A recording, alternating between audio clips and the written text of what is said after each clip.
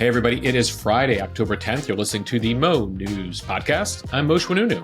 And I'm Jill Wagner. This is a place where we bring you just the facts. And we read all the news and read between the lines so you don't have to on this World Mental Health Day, Jill.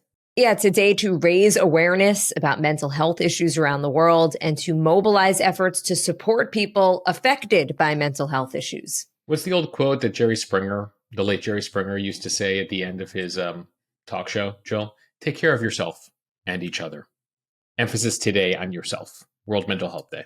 So I think the last person that I thought you were going to quote about World Mental Health Day is Jerry Springer. I mean, Jill, if you ever watched a Jerry Springer Show episode, people in dire need of taking care of their mental health. So I was going to say, what? Fight. I mean, that's what I really remember from Jerry Springer. Because they didn't address their issues. They didn't take care of themselves. And it escalated to get to the Jerry Springer Show. Anyway, I digress. Important day. And the opposite, I think, of Jerry Springer, by the time you are listening to this podcast, the Nobel Peace Prize will likely be announced. Yeah, though they should have given it to Jerry. I mean, that was a big miss by the Nobel Peace Prize committee back in the day. Jerry Springer never got the Nobel Peace Prize. Jill, one man has been making a huge case for it. His name is Donald Trump. As of this recording, if you look at the online betting markets, he's at about 4 or 5% the chance of winning. Given the Gaza peace deal, etc., there are a lot of folks who are advocating on his behalf, including in the administration. I saw a story in Bloomberg that Norway is bracing for the fallout if they don't name Trump the Nobel Peace Prize. I should add, we put this question to everyone on our Instagram page. About a quarter of the Mo News following believe that Trump deserved the Nobel Peace Prize and that he would win it. And then we got notes from people saying, well, I have an issue with this or an issue with this. How does the Nobel Prize look at things? It's 5 people. They're Norwegian. They're all former members of parliament in Norway. And typically, they're pretty liberal on the spectrum. So we shall see who the winner is. It often goes to NGOs of late and individuals who are engaged in various charitable efforts or advocacy efforts, though world leaders have won it in the past, including Barack Obama during his first year as president, even though he hadn't done much. That was the Obama White House saying, please don't give it to him. But they very much loved Obama, so they gave it to him. So that's one of the things Trump has been pushing for here, saying, I deserve it much more than Obama ever did for his first year, given the various international negotiations and peace deals he's been pushing. Nonetheless, again, we will know whether he got it or not as of the time you're listening to this podcast. We're recording this late on Thursday night, so we'll be looking out for that. Jill, one last thing, our weekly Ask Mo Anything AMA podcast that we put out to premium users. At the end of this podcast, we will have a clip for you. So if you're not a premium member, you get a sense of how that show works. And maybe it leads you to want to become a premium member. So stay tuned for that at the end of the pod. Okay, let's get to the headlines. The Justice Department has a new target. New York Attorney General Letitia James indicted over mortgage fraud claims. We'll look at what this case is actually about. The second Trump adversary in about 2 weeks indicted.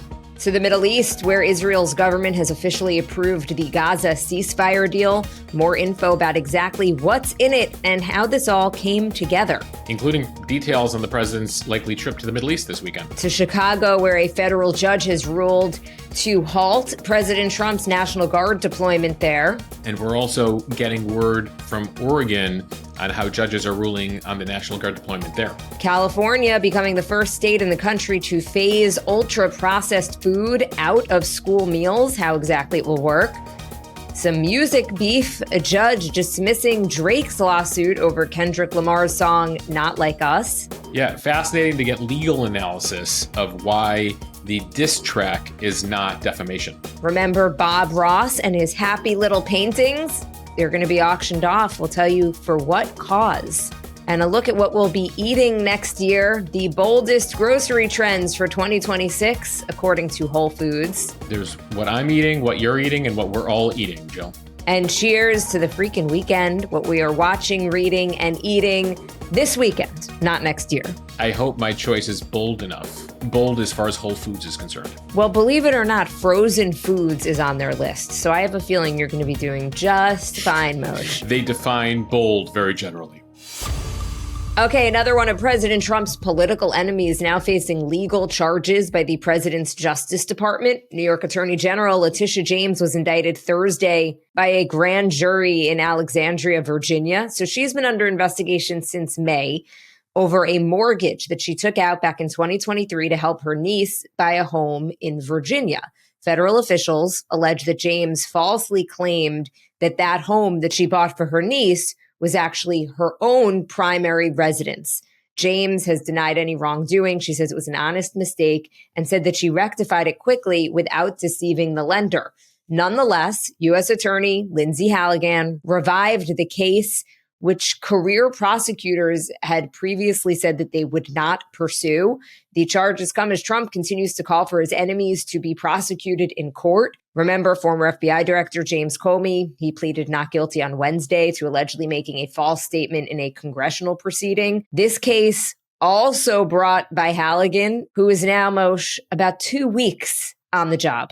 Yeah, she's a Trump loyalist, and she was put there specifically to pursue these cases because her predecessor in that role was like, there's not enough evidence here. He was pushed out. Halligan was put in the job. She's an insurance attorney who's never prosecuted a case, and now her first 2 prosecutions will be, respectively, in this case, the New York Attorney General and the former FBI Director James Comey. So Trump and James, not Comey, Letitia James, do not like each other. It was just last year that Letitia James, as Attorney General, won a civil fraud case against President Trump, his sons, and his company. A judge found that they were liable for inflating property values for Trump buildings. Trump was ordered to pay $355 million, and he is now appealing that decision. The fine will likely be much lower. Yeah, and the pushback there was that he and his company were engaged in things that many real estate developers engage in, and he felt he was specifically targeted by James politically because she's a Democrat, and he was running for president among the many court cases he faced over the last 2 years. So now his Justice Department has pursued this case, the grand jury indicting Letitia James. She responded in a video she posted online yesterday. Here's a bit of her response. This is nothing more than a continuation of the president's desperate weaponization of our justice system. He is forcing federal law enforcement agencies to do his bidding, all because I did my job as the New York State Attorney General. So just a reminder here, because there were a lot of court cases against Trump last year. This was a civil trial. It was about 11 weeks, and Trump hated Letitia James. He would go off on her in social media posts throughout the trial. He called her leftist, a racist against white people, a raging nut job, a whole variety of things that he threw at her during that time. He said that she should be ashamed of herself. It was a little witch hunt. And so he has explicitly said in recent weeks that he thinks she's a criminal and something needs to be done about her. At one point, he was asked, like, what did she do wrong? He's like, I don't know. She did something wrong. And then he posted on social media on September 20th, this sort of infamous post where he said, we cannot delay any longer. Justice must be served now. It was a post addressed to Pam Bondi. It began with Pam, : Joe, there's reporting in the Wall Street Journal that was actually intended to be a direct message, a private message on the Truth Social platform to Pam Bondi that he accidentally posted as a post. And then once it was out there, the White House was like, oh yeah, he totally meant to have the post read Pam and then say, you should go after James Comey, Letitia James, Adam Schiff. We need to do this immediately. And now in the last couple of weeks since that post was out there, they have indicted James Comey. They have indicted Letitia James. We'll see what happens here with Adam Schiff. But like the James Comey case, this could be another challenging case to prove here. One of the reasons why career prosecutors, including the predecessor to Lindsay Halligan in the role as U.S. Attorney in the Eastern District of Virginia, were like, yeah, we don't think we have enough here. Because ultimately, if you look at this mortgage application, at times she wrote that this would be her primary residence, and now she said and subsequently that it was a mistake, and then she submitted other documents to argue there was no fraud. They corrected it quickly. They didn't deceive the lender. That's part of her argument. Also part of her argument here, Jill, is that if you look through the full mortgage application, there is another point in the application where she says this property will not be my primary residence. So she checks the box that it was not her primary residence. She wrote that it wasn't her primary residence. At another point, she did say it was her primary residence. She said it was an oversight as she was filling out that application. Again, her argument, this was a simple error. We'll see how a judge and trial play out here. Part of the Trump strategy, honestly, is a bit of revenge, is a bit of just tying up things for these people who he says made his life hell the past couple of years. So this is his revenge. Interestingly, the judge randomly assigned to the case, the way federal cases work is just randomly in various jurisdictions, judges will be assigned. This judge happens to be a Biden appointee. So we'll see how that impacts things here. I imagine we already know how this is going to go in terms of charges of bias, etc. But we remarkably, in about 2 weeks now, have seen both James Comey and Letitia James indicted, and we will watch both those cases play out next year. Okay, now to the Middle East. Israel's government approved the Gaza ceasefire and hostage release plan. Trump's Middle East envoy, Steve Witkoff, and Trump's son-in-law, Jared Kushner, attended that Israeli cabinet meeting, and they sat alongside Benjamin Netanyahu. President Trump now says that Israeli hostages still being held in Gaza could be released on Monday or Tuesday. He is planning to travel to the region for a signing ceremony for the deal. His trip includes a possible visit to Egypt and possibly as well addressing Israel's parliament. The first phase of that agreement would also see Israel release hundreds of Palestinian prisoners, many of whom are serving life sentences in Israel.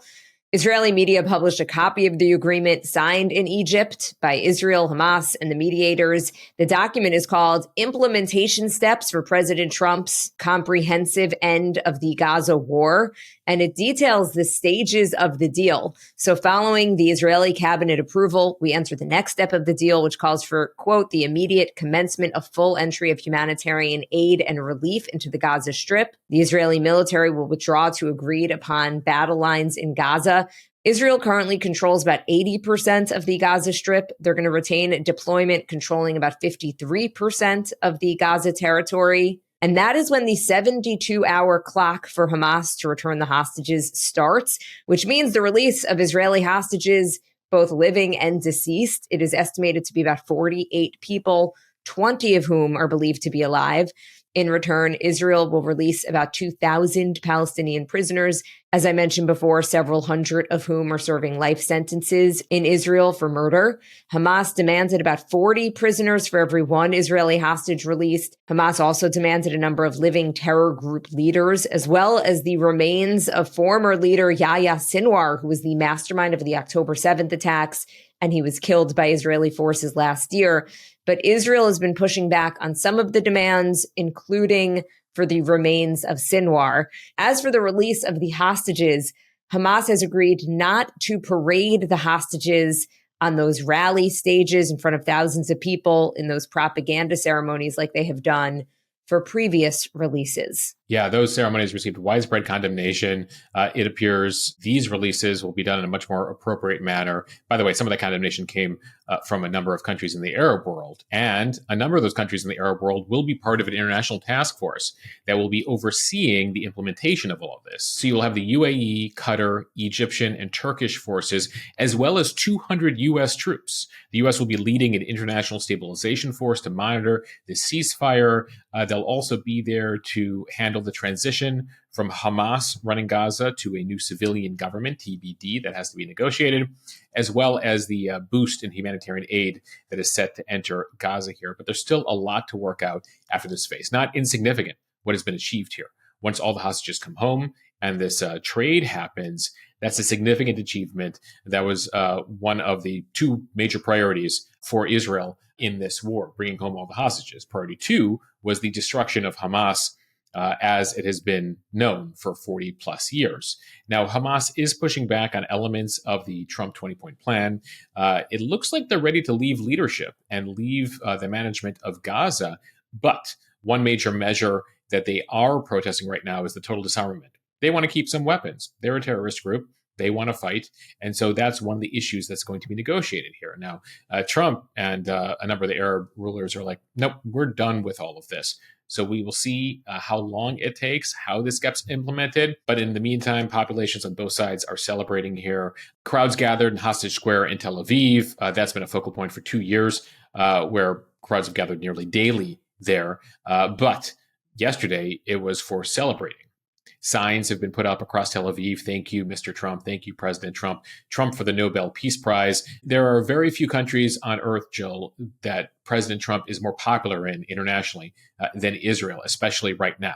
There were also, of course, celebrations in Gaza. That's where the war has ravaged that territory, about the size of Philadelphia. 80+% of Gaza is destroyed, 2 million people displaced, 60,000 people between militants and civilians are estimated to have been killed during this war. So there was celebrations. Amid those celebrations, there were a bunch of videos that came out. We posted a couple on our Instagram account where people were calling for revenge against Israel, revenge against Jews, revenge against Netanyahu. And so we should note, and this is something I talk about on the AMA podcast on Premium this weekend, is the word for ceasefire in Arabic is hudna. Oftentimes they use the word hudna, which they're using for this. Historically, that has been interpreted in the region to mean a break in order to rearm for another round of fighting. So just keep that in mind as we look at various statements in both English and Arabic, various terms. We shall see how long this lasts. Certainly, there will not be anything like this war for a long time, given what has unfolded here the past 2 years, given how weak Iran is, given how weak Hezbollah is, given the change in leadership in Syria, given the near destruction of Hamas. Nonetheless, it is the Middle East. And so you did see President Trump yesterday talking about peace in the Middle East. But ultimately, those of us who study the Middle East, watch the Middle East for years, again, we shall have to watch very closely to see how this unfolds. So the negotiations will continue in Sharm el-Sheikh, Egypt. And it'll include issues, like I mentioned, the demilitarization of Hamas, the deportation of a number of Hamas leaders, the future governance of Gaza, the reconstruction of Gaza. That's a decades-long project. It's going to be super expensive and require a lot of management. Still, this is a major moment, but it is a ceasefire, not a peace deal. Still many tough issues on the table. Okay, time for the speed read from the Chicago Tribune. A federal judge temporarily blocked the Trump administration's deployment of National Guard troops to Illinois. U.S. District Judge April Perry didn't immediately explain what limits that she was placing on the deployment, but she did say that she has, quote, seen no credible evidence that there is a danger of a rebellion in the state of Illinois. She says she will issue a written ruling with more details today. Perry ruled that the Trump administration's deployment of those 500 Guard troops in Chicago violated the 10th and the 14th Amendments, as well as the nearly 150-year-old Posse Comitatus Act, which limits the military's role in enforcing domestic laws. Earlier in the day, Christopher Wells, a lawyer for the state of Illinois, argued against Trump's claims that protests against immigration enforcement amounted to an insurrection. Eric Hamilton, who represents the Trump administration, countered, saying that the president decided to federalize guardsmen in Illinois to respond to the urgent need for safety for law enforcement personnel and property. So following the reporters who were in the courtroom, this is a federal case, so there were no cameras in the courtroom, but fascinating details on how Perry pressed the government lawyers on whether the troops' mission would be narrowly limited to protecting federal agents and facilities, or could it expand further? That was her basic question to the government. What is your mission here? When questioned, the Justice Department attorney, you mentioned Hamilton, declined to specify where the National Guard would be deployed, what its precise mission would entail, whether it would be restricted to federal facilities, especially given that Trump has said he's also out to solve all of the crime issues in Chicago. When pressed further about the Guard's training in Illinois, whether troops would be allowed to pursue vehicles, detain suspects, conduct armed street patrols, the judge had a bunch of questions here, like, what are you doing with this National Guard? The lawyer for the government said, I don't know. Well, Perry was not happy about that, and she went on to say in her initial ruling on Thursday, I simply cannot credit the Trump administration's declarations to the extent they contradict state and local law enforcement. DHS's perception of events is simply unreliable. So the 500 National Guard troops remains to be seen what happens next. 300 of them are from Illinois. 200 of them are from Texas. They're already there in the Chicago area. So we'll await Perry's written ruling as to what happens here. In the meantime, the Trump administration is going to appeal. The deployment is supposed to be for 60 days. We're just a couple days in here. It's meant to be around the ICE facility. But again, Trump has said, I'm also going to solve, the crime issue in Chicago. This is not the only legal fight that's playing out. This was not the only hearing regarding National Guard deployments. Yesterday, there was another hearing on the West Coast regarding the deployment in Oregon. Now, interestingly, that's at the next stage. We told you over the weekend, a district judge said, your reality, White House DHS, does not comport with reality. Your claims does not comport with what we're actually seeing. I am temporarily blocking your National Guard deployment from any state in the Union from entering Portland. Well, the Trump administration appealed that. That went to the appeals court yesterday. So step 2 in the process in Oregon, we just told you about Chicago. That's step 1 for Chicago. Step 2, it turns out, this is a 3-judge panel of the appeals court in Oregon. And that's where 2 of the 3 judges are Trump appointees. And they were particularly critical of the district court judge, giving much more merit to the administration claim. So they appear ready to rule to actually now allow the administration to deploy the National Guard in Oregon. That ruling may come out in the early morning hours, just after we tape this. So look out for that.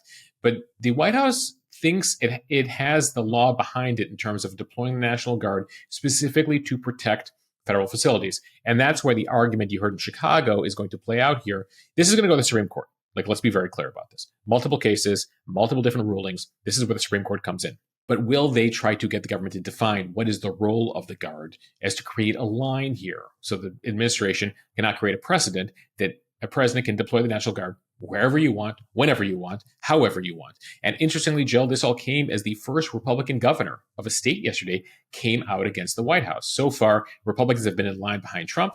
Democrats have been in line against him. Well, the Republican governor of Oklahoma yesterday, Kevin Stitt, said, I actually think this is a violation of states' rights. This violates my views of federalism. He happens to be the chairman of the National Governors Association. And this is where other Democratic governors have been like, hey, Governors Association, we all meet together. We work together as Republicans and Democrats. Can we all stand firm here that this is a bad precedent, that a White House can just deploy the National Guard against a state? And so Kevin Stitt, the governor of Oklahoma, yesterday spoke out against this, saying, we believe in the federalist system. That is states' rights. Oklahomans would lose their mind if Pritzker in Illinois and Democrats sent the National Guard into Oklahoma. And that's an argument that has been made here by a number of Republicans. Can you imagine a President Obama or President Biden sending the National Guard against the will of a red state into that state? There'd be accusations of civil war and a whole bunch of pushback.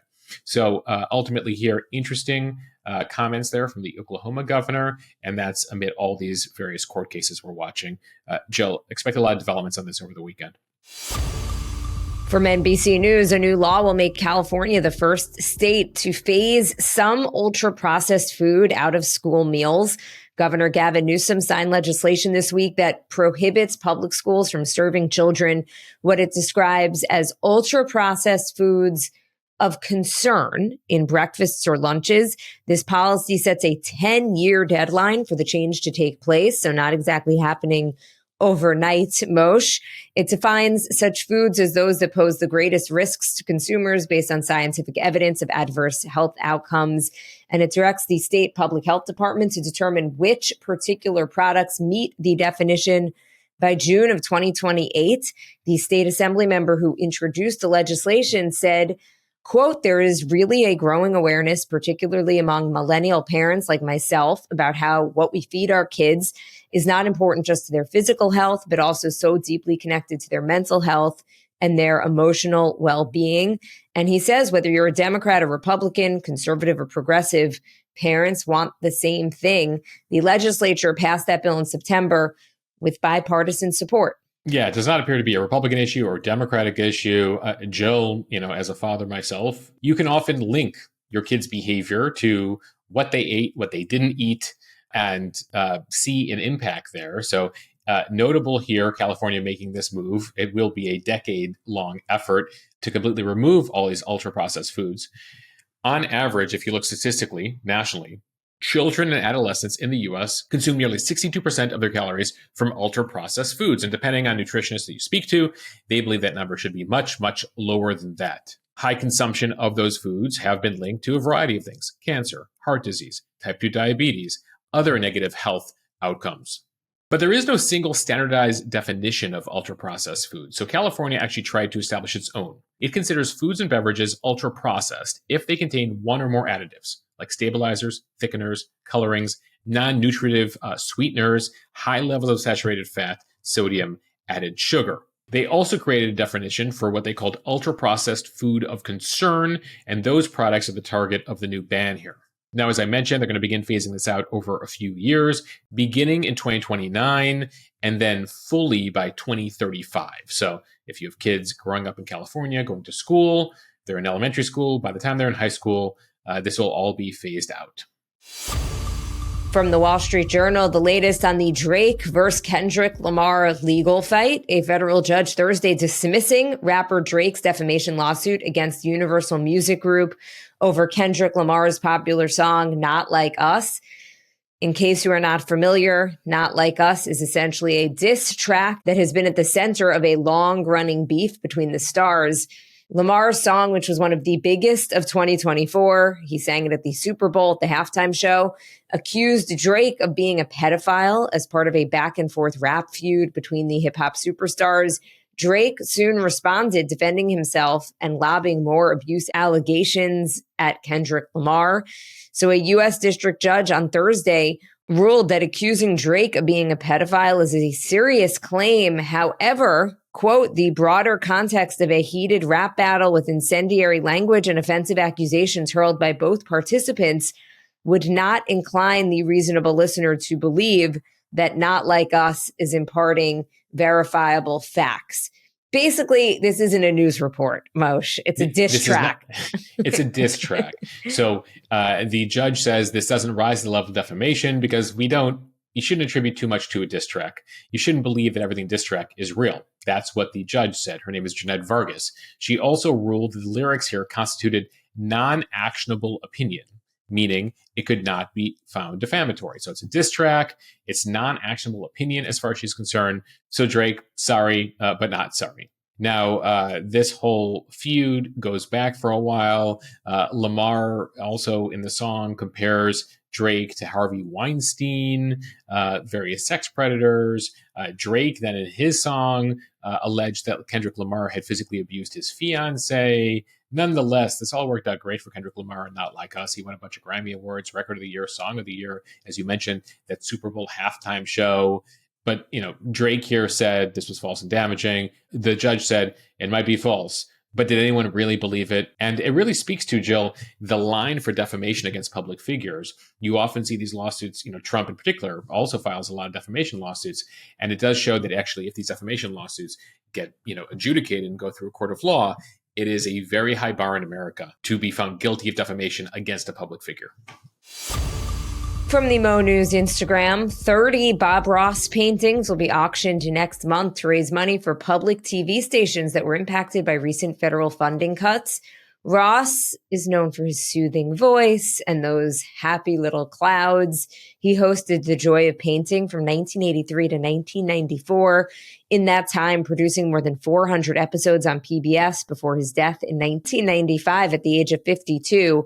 So Winter's Peace, which he painted on air in 1993, will be auctioned off at Bonhams in Los Angeles on November 11th. The estimated sale price is between $30,000 and $50,000. Other works, most created during tapings of his show, will also be auctioned online and at Bonhams in New York, London, and Boston through next year. In total, the collection is expected to bring in between $850,000 and $1.4 million. Two of Ross's paintings went for about $100,000 each over the summer. So proceeds here will go to local PBS stations so they can continue to put on programs like Ross's original show, This Old House, Julia Child's French Chef Classics. Remember, over the summer, Congress eliminated the $1 billion allocation of public media funding. The Corporation for Public Broadcasting is no more. A lot of local PBS stations, NPR stations, depended on that government funding. With that funding gone, you could see a lot of stations go poof unless they are able to find a way to continue to fundraise. And so the proceeds here, they hope, will help the bottom line for a few of these stations. And finally, to some food trends from Food and Wine. Whole Foods Market says 2026 will be all about fiber, fat, and freezer meals. Their Trends Council, which is made up of employees and buyers and culinary experts, said that some consumers will likely be looking for back to basics cooking and restaurant quality convenience next year. So beef tallow is making a comeback as home cooks and chefs are going to be swapping old school fats as an alternative to seed oils, according to the Trend report. Although beef tallow is seeing a surge in interest on social media, this ingredient is far from new. Whole Foods notes that customers are increasingly interested in what they consider to be ancestral ingredients, and they're also looking for alternative cooking oils. Fiber is also gaining traction. As Whole Foods says, protein continues to be king, but fiber is gaining traction as consumers seek gut health, holistic digestive wellness, and natural ways to feel fuller longer. Jill, you know the old adage, don't judge a book by its cover?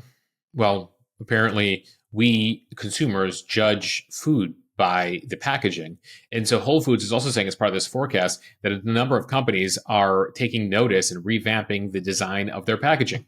Among the desires here is having more aesthetic pantry items. Jill, I don't know. We just have a cabinet of snacks. We throw stuff in there. I don't think we display purposefully aesthetic pantry items, but to each their own. Ultimately here, it appears the manufacturers of these various foods are taking notice of that trend line. So they're looking at that. Another trend that Whole Foods speaks to here, freezer fine dining. Apparently, accepting mediocre frozen meals is a thing of the past. So they've noticed that customers are increasingly seeking frozen foods that emphasize high quality ingredients, showcase global cuisines. We're talking about, stuff from around the world, Asian cuisine, Latin American cuisine. Jill, when I had the chance to visit Walmart headquarters down in June for Associates Week and their shareholders meeting, they gave us a chance to look at their new lines. And one of the things they were very focused on for one of their lines is sort of high caliber, highbrow frozen food. A couple more things here from Whole Foods, what they call a vinegar renaissance. Whole Foods observes that while vinegar has never faded from use in home cooking and kitchens, shoppers are now seeking out premium small batch options, bold new flavors, and innovative formats. Before using vinegar, also look for snacks sweetened with fruit or honey that will edge out refined sugar. So some of these not so surprising. Some of these we've been seeing happening for a few years. But just a heads up for what you'll be seeing in your grocery aisles come next year. All right, it is Friday. Cheers to the freaking weekend. Time for We're Watching, Reading, and Eating. Moshe, what are you watching? Jill, Alex and I just binged season 1 of Doc. We saw it trending on Netflix. Doc is a show that actually airs on Fox, but Netflix now has season 1 of it. It's about a doctor who loses her memory, struggles to remember it, but it also has sort of a House quality to it. Remember the show House on Fox, decade and a half ago, where there's like sort of a mystery illness every single episode and he has to figure it out? So Doc, this new show, is sort of like House plus this memory component, which is super interesting. Season 2 is already on Fox, but we binged season 1 in like 2 days. So really into that. Jill, what are you watching? Moshe, I plan on watching The Woman in Cabin 10. It is on Netflix. It is Keira Knightley's new thriller. Apparently it is Girl on the Train meets The Lady Vanishes, but on a luxury yacht. So Knightley plays an award-winning journalist. She boards a yacht for a travel assignment and sees a passenger being thrown overboard in the middle of the night, only to be told that it did not happen. So did she imagine it, or is there some type of conspiracy? I guess we'll find out. Jill, that's quite a tease. I think that's everything, right? Yeah, I think, should we just fast forward to episode setup. 9? Just tell us next week what happened. Guys, she wasn't imagining it. Maybe I gave too much away. Jill, who's the assistant director of the film at this point? Like, what don't we know what about don't it? we know about this? Oh, yes. Okay. In other words, keep it tight. Moshe, what are you reading? Jill, one of the best sellers of the year is called Wards of the State. It's a exploration of the American foster care system told through 6 former foster youth. And so it appears to be, pretty difficult reading, but important reading, and looking forward to getting into that. What are you reading? Moshe, one of the Israeli hostages, Eli Sharabi, wrote a book. It's called Hostage. He was held captive in Gaza for 491 days. So he wrote a memoir describing what he went through. I've heard a bunch of interviews with him on podcasts, and I cannot get over how positive he seems and how much he's just trying to move on and look ahead. But I am fascinated to learn about what he experienced. Interestingly, he speaks fluent Arabic because his family is from Yemen and Morocco. So he was able to understand what his attackers were saying, which is really fascinating. It's just a bit of a different perspective. And he also talks about how at one point his captors were keeping him alive and preventing Gazans from killing him, because he was kind of their prize and they knew that they had to keep him alive for leverage. Just really fascinating stuff. Okay, Moshe, in a lighter topic, what are we eating? Jill, it's like butter. Alex found this like fancy new butter. It's like expensive enough where like you don't want to like cook with it or bake with it, but like you do want to put it like on your toast. It's called Le Pré Salé. Has a nice French name to it, but it's delicious. Anyway, I don't often promote condiments. Is butter a condiment? It's dairy, so I don't know. I feel like most dairy is not a condiment, but I guess it's something. According to Google, butter is a condiment when it's added to food. So it's a standalone item. No, when added to certain items, it does become a condiment. So, but apparently also can be referred to as an ingredient. I digress. Jill, what are you eating this weekend?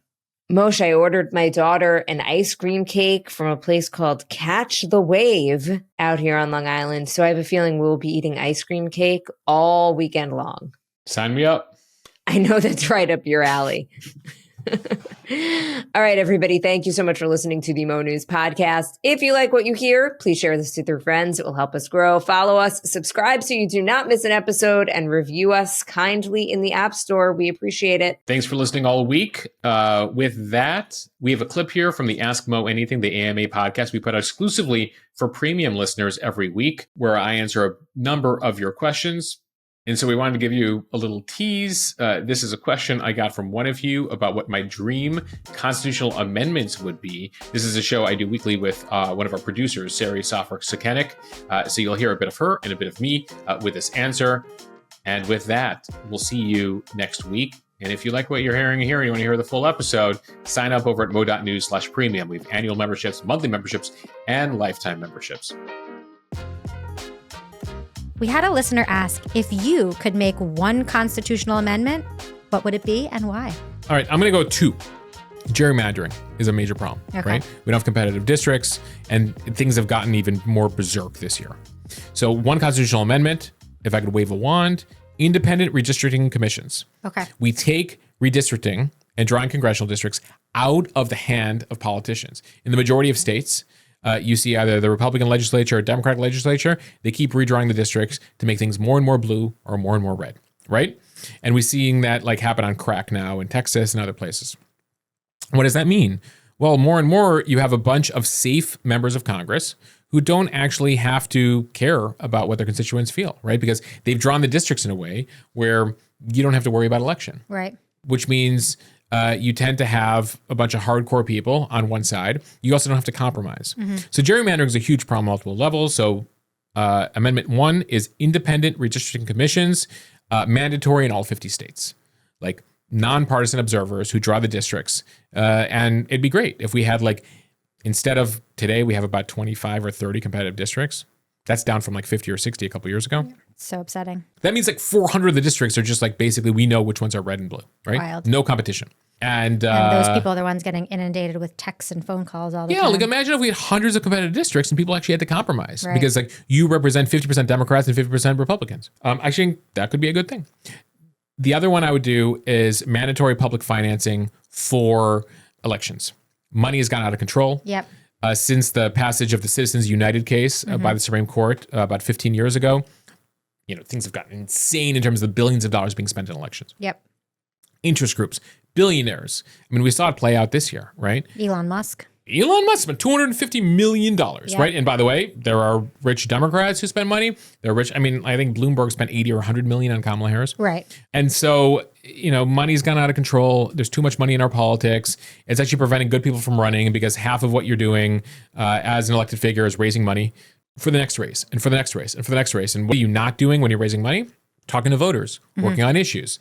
And so those are the two things, fixing the money in politics and fixing the gerrymander. Okay, well, I like the Mo News Constitution. I like it.